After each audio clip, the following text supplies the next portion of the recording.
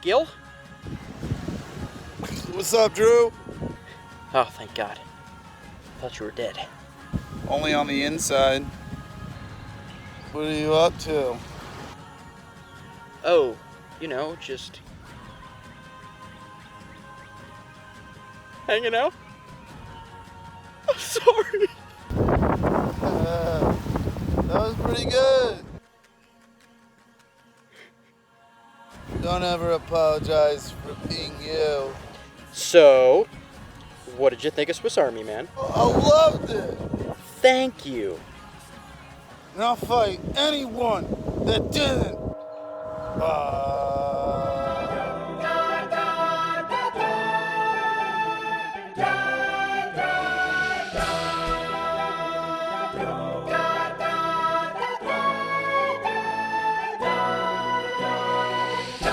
Hello everyone, and welcome to Social Distance Cinema Discussion Episode 10. This week we watched Swiss Army Man, recommended to us by Shell Curry.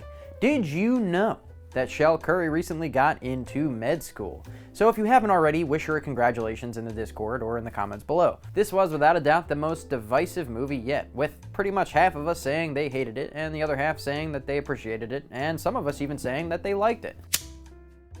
And that forms the basis of our social distance cinema discussion, Civil War. This movie is great, and for different reasons, Gil and I have decided that this is the hill we're going to die on. In every conflict, there's two sides, and in this one, there's the people that like the movie and the people that are wrong. But I don't want to get into politics. Even when this movie was doing its festival runs, there were reports of people walking out before it had even finished, and other reports of people saying that they absolutely loved it. And so our little group of movie lovers isn't unique at all, and is kind of a microcosm of society as a whole. I'm going to point out both sides of the argument just because I think both sides have merit, and movies are objective. Subjective. I think all of us can agree that this movie is a little bit out of left field, and the reason for that is that the directors, who egocentrically refer to themselves as the Daniels, are first-time directors. Prior to this, their portfolio consisted mainly of commercials and music videos.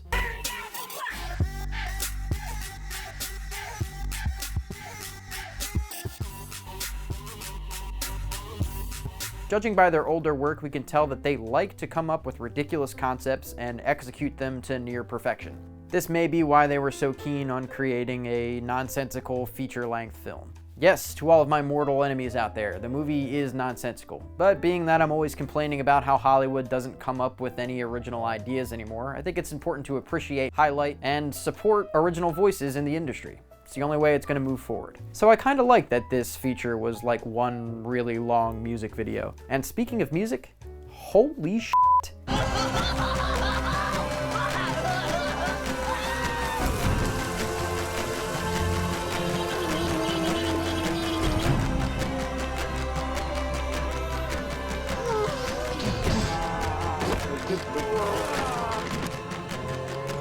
Swiss Army Man really exemplifies the importance of music in filmmaking. Music and video are kind of like accents of the same language that both speak directly to your subconscious.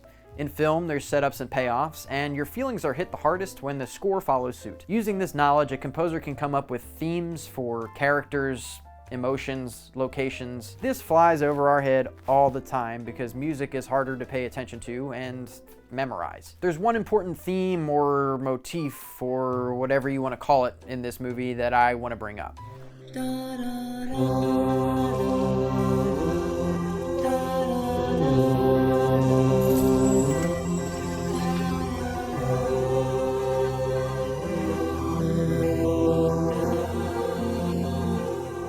Yo, that's the wrong clip.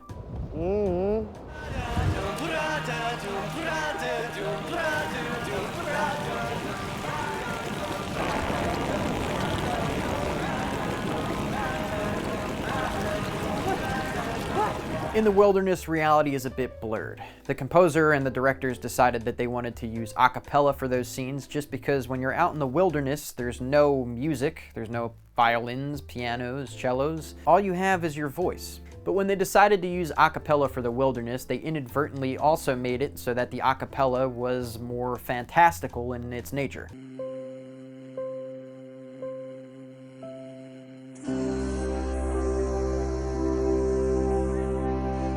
Man, this is dope shit. I think you just found the body. Abrasions seem to happen post-mortem, but discoloration of the abdomen tells me he's probably bridge jumping. Find their bodies washed up on the beach all the time. That's when I found him. It actually checks out. What do they do with him now? When he enters back into society with all of its norms, where everyone hates him, the music sounds more traditional or classical, more like something out of what we'd hear out of a run-of-the-mill movie.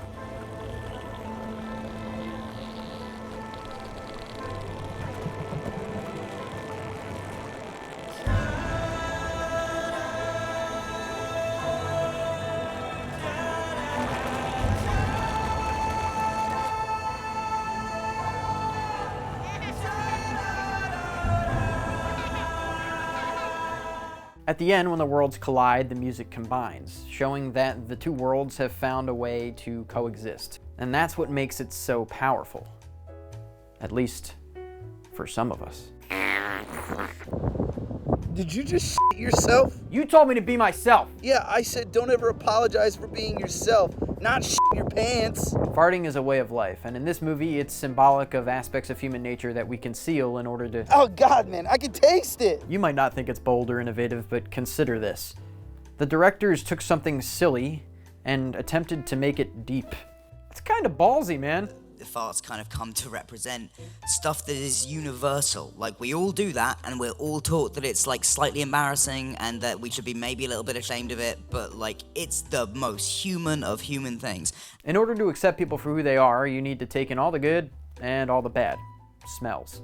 That's all I have for Swiss Army Man. Sorry if I couldn't sway you from your opinion. This week, my boy Dave came up with a cool excuse to keep on drinking after, we watch our movies. The trash movie list is now open, and now every week we're gonna do a second vote to decide what movie we're gonna watch after the social distance cinema discussion movie.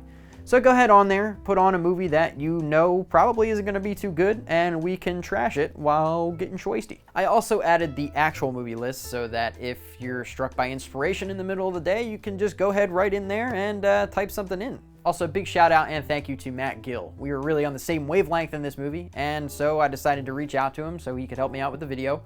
And he was literally on in an instant, and I didn't have to give him anything but more of my friendship.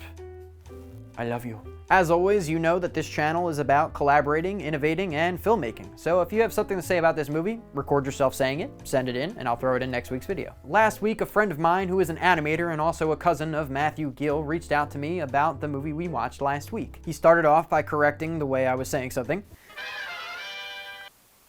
Other than that, in animated films, tons of work goes into Foley.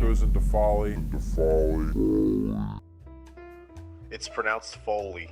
And then went into a thorough explanation of something that I missed in regards to animation. He said one of the keys to animation is movement. We can get a real grasp for characters just by how they move. So thank you for that, Trevor. Keep an eye out on Discord and social media for this week's movie. And as always, stay safe, stay healthy, and hopefully I'll see you next week.